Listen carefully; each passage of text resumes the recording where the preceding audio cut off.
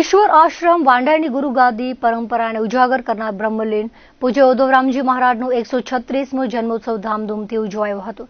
સવારે ગામ મદનપુરાના દાતાશ્રીના હસ્તે ગુરુ પાદુકાનું પૂજન કરાયું હતું। ત્યારબાદ મંદિરે મહાઆરતી કરવામાં આવી હતી। સંતો પરંપરા અનુસાર વાજતે ગાતે ભવ્ય નગર યાત્રા નીકળી હતી। પૂજ્ય ઉદ્ધવરામજી મહારાજની પ્રતિમા સાથે બોટાદના ભજનાનંદી આશ્રમના મહંત પૂજ્ય આત્માનંદજી મહારાજ અને ઈશ્વર આશ્રમના મહંત પૂજ્ય મોહનદાસજી મહારાજ રથમાં બિરાજમાન થયા હતા।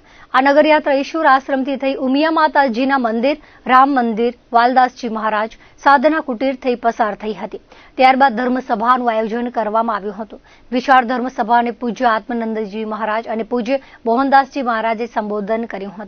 પૂજ્ય ઉદ્ધવરામજી મહારાજના 136મા જન્મોત્સવ અને રામનવમીની ઉજવણીમાં દેશ દેશાવરથી ઉદ્ધવ પ્રેમીઓ ઉમટ્યા હતા। વાંઢાઈનું ઈશ્વર આશ્રમ ભગવાન ઉદ્ધવરામજી મહારાજના જયઘોષથી ગાજી ઉઠ્યું હતું। તો ભુજ તાલુકાના વાંઢાઈના પ્રસિદ્ધ રામ મંદિર ખાતે રામનવમીના પાવન અવસરે લોકમેળો ભરાયો હતો। દર વર્ષે ચૈત્ર સુદ નવમીના રામ મંદિર ખાતે પરંપરાગત લોકમેળો ભરાય છે। વહેલી સવારથી જ કચ્છભરમાંથી રામ ભક્તોનું મહેરામણ ઉમટ્યો હતો।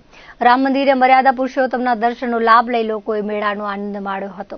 મેળામાં ખાણીપીણી, મનોરંજન, રમકડા વગેરેના સ્ટોલ ગોઠવાયા હતા। મેળામાં પોલીસ જવાનો દ્વારા ચુસ્ત બંદોબસ્ત ગોઠવાયો હતો। રામનવમી નિમિત્તે સાતમને સાંજે જાત્રાળુ પગપાળ આવે છે। આઠમના બધા સ્વાગત થાય અને પછી 9 વાગે આપણે હવન ચાલુ થાય।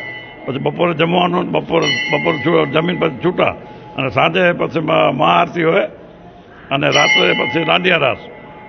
એ જ પ્રમાણે આપણે ઉમિયા માતાજી, આપણે રામ મંદિર અમારા ગુરુ શ્રી વાલદાસજી મહારાજ 35 વર્ષથી બનાવી હતા। હું અયોધ્યામાં બને ત્યારે પણ અહીંયા હું બનાવતો જાઉં એટલે 35 વર્ષ થયા એમ બનાવ્યું અને હજારોની સંખ્યામાં ભાવિક ભક્તો આવે છે અને હજુ પણ આવતા રહે એવી અમારી આશીર્વાદ।